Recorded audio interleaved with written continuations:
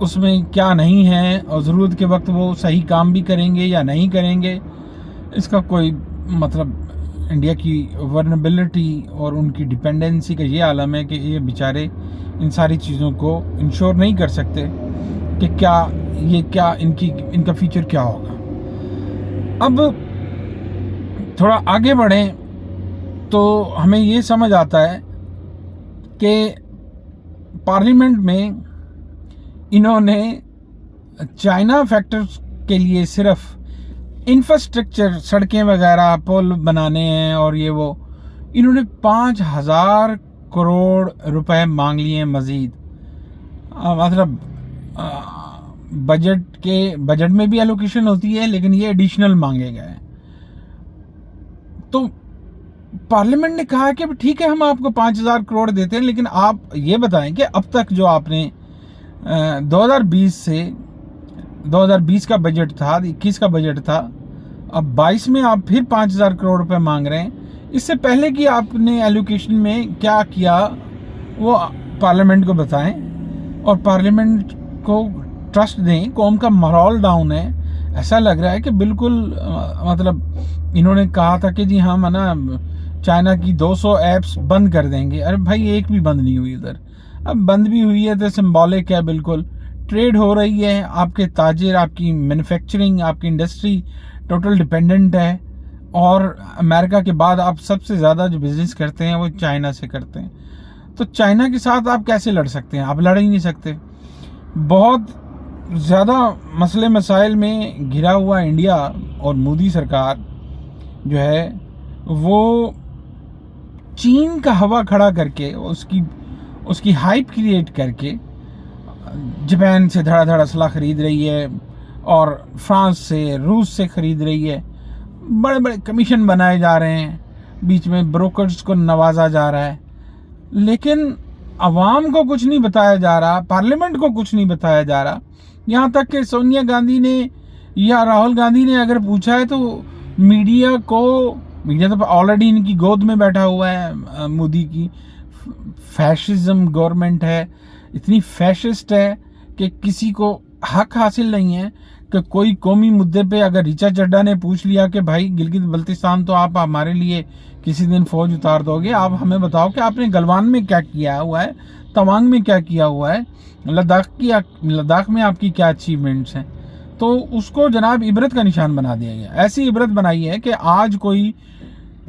India کا پڑھا لکھا طبقہ، انڈیا کا باشعور طبقہ، انڈیا کی اپوزیشن سمیت بالکل کارنر میں کھڑے ہوئے ہیں۔ میڈیا تو ہے ہی نہیں، میڈیا کا رول ہی نہیں ہے جو ایک کنسٹرکٹیو رول ہوتا ہے۔ تو انڈیا کی تباہی اور انڈیا کی فیشسٹ گورنمنٹ اور ٹیررسٹ گورنمنٹ کی یہ حالت ہے کہ وہ بتانے کے لیے تیار نہیں ہے کہ ہم کہاں کھڑے ہوئے ہیں، اپنی پوزیشن بتانے کے لیے تیار، اور کوئی اگر سوال کر دے تو وہ نیشنل رسک ہے، ان کا سیکورٹی رسک ہے۔ یہ ایک انتہائی خطرناک بات ہے کہ انہوں نے الٹا راہل گاندھی کو کہتے ہیں جی چین نے آپ کو کتنا پیسہ دیا ہے ہماری مخالفت کرنے کے لیے۔ کم آن یار، آپ سیدھی بات کا جواب تو دو نا، ان کے نیشنل سیکورٹی کے کنسرنز ہیں، آپ اس طرح تو بدماشی نہیں کر سکتے نا کہ ذرا ان کے ساتھ شیئر بھی نہیں کرو کہ آپ کی کیا تیاری ہے، اور تیاری اگر ہوتی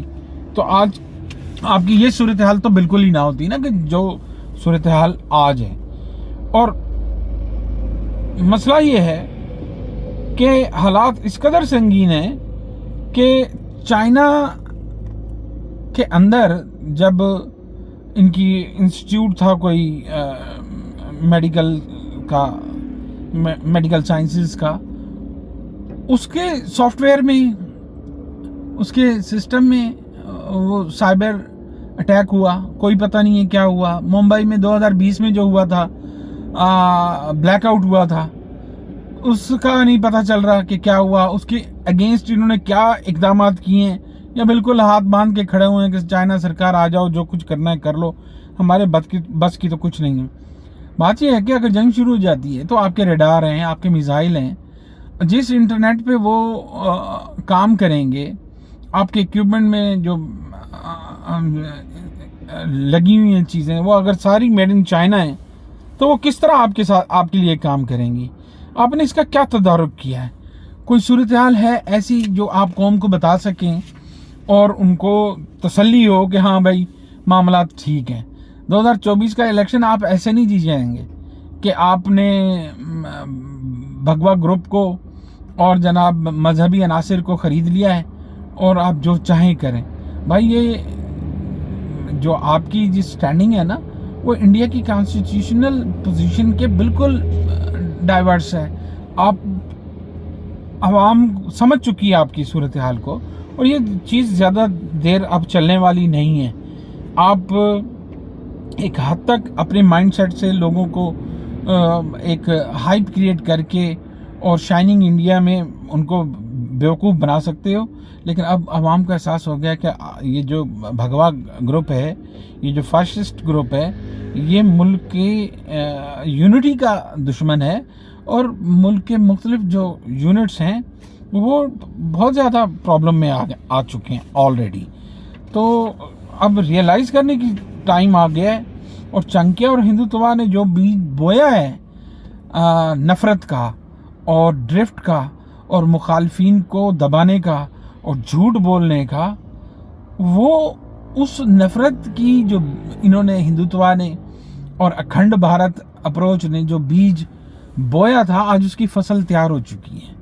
یہ بیج بویا تھا انہوں نے 1948 میں کشمیر میں، یہ بیج بویا تھا انہوں نے 1965 میں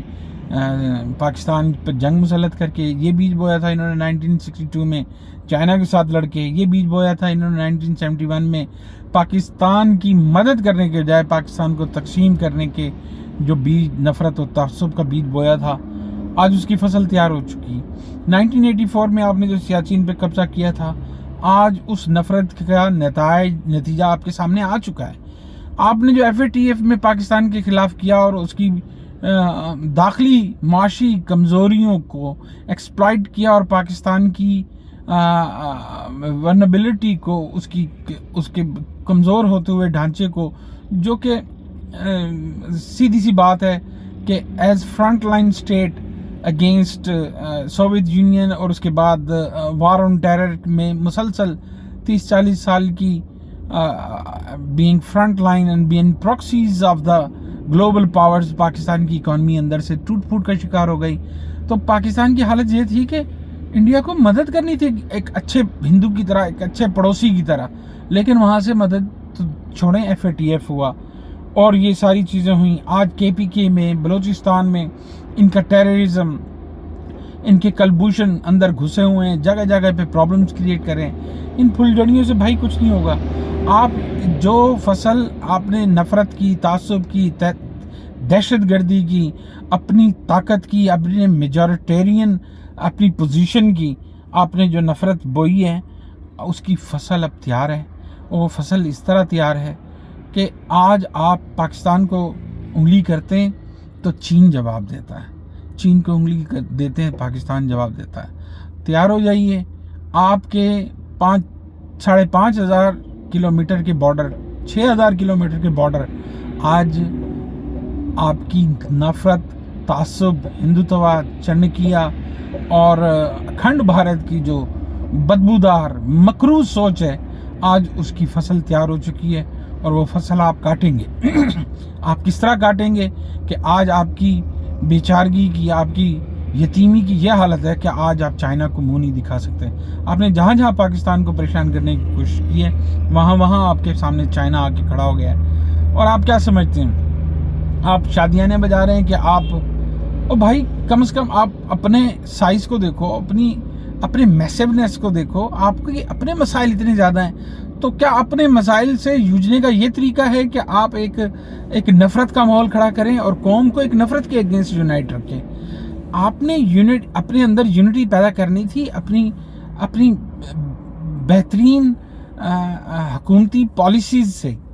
آپ نے بیسٹ گورنمنٹ دینی تھی، جس سے آپ نے اپنے سوشل کانٹریکٹ کو، جو آپ نے 1947 میں دلی نے لوگوں کو یقین دلایا. پاکستان نے یقین نہیں کیا، اس لیے الگ ہو گیا. لیکن وہ 20-22 کروڑ مسلمان جو آج بھی 1947 میں جنہوں نے آپ پہ ٹرسٹ کیا اور آج بھی آپ کے ساتھ ہیں، دلت آپ کے ساتھ ہیں، 7 اسٹیٹس آپ کے ساتھ ہیں، سکھ آپ کے ساتھ ہیں،